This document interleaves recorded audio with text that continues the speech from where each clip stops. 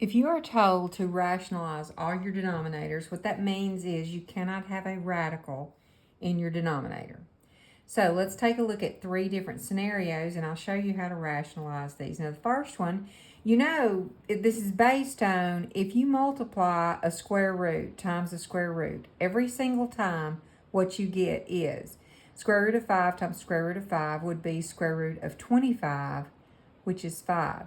Anytime you multiply 2 square roots together, they cancel each other out, in other words, and you just get that radicand. All right, so I'm going to use that information. If I want to get rid of the 3, I can multiply it by itself. But in order to keep the fraction balanced, I have to do the same thing to the top. So now 2 times square root of 3 is 2 square root of 3. Now down here on the bottom, square root of 3 times square root of 3, you can look at it as it cancels itself out, so it's just equal to 3. Or square root of 3 times square root of 3 is square root of 9, which is still 3. So this is your rationalized form. Now what about if there's a number multiplied times the radical?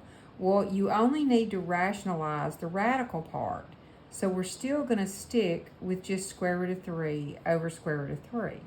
Now what we'll have is 2 times square root of 3 on the top. All right, down here we've already decided square root of 3 times square root of 3 is just 3. And we had 5 times that, so now we have 15. Now it does get a little more complicated when you have a plus sign in the middle, because you can't just multiply by the square root of 3. If you don't believe me, try it. All it's going to do is bounce the radical back and forth every time you multiply it. So what we want to do here is we want to multiply by something called a conjugate. Now a conjugate is when you have the same numbers but the opposite sign. So we're going to multiply that by its conjugate. And to keep things balanced, we're going to do the same thing up here on the top. And let's just look at what happens. Now to multiply these two together, you're going to FOIL it or distribute it, but you just have to make sure you multiply this times both things and this times both things. So let's see what happens. 5 times 5 is 25. And 5 times negative square root of 3 is negative 5 square root of 3. All right, then positive square root of 3 times 5 is positive 5 square root of 3. And positive square root of 3 times negative square root of 3 is negative. And what's square root of 3 times square root of 3 going to be? Just 3. Now before we simplify, let's go ahead and take care of the top. We're just going to multiply 2 times both of these things. So 2 times 5 is 10 minus 2 square root of 3.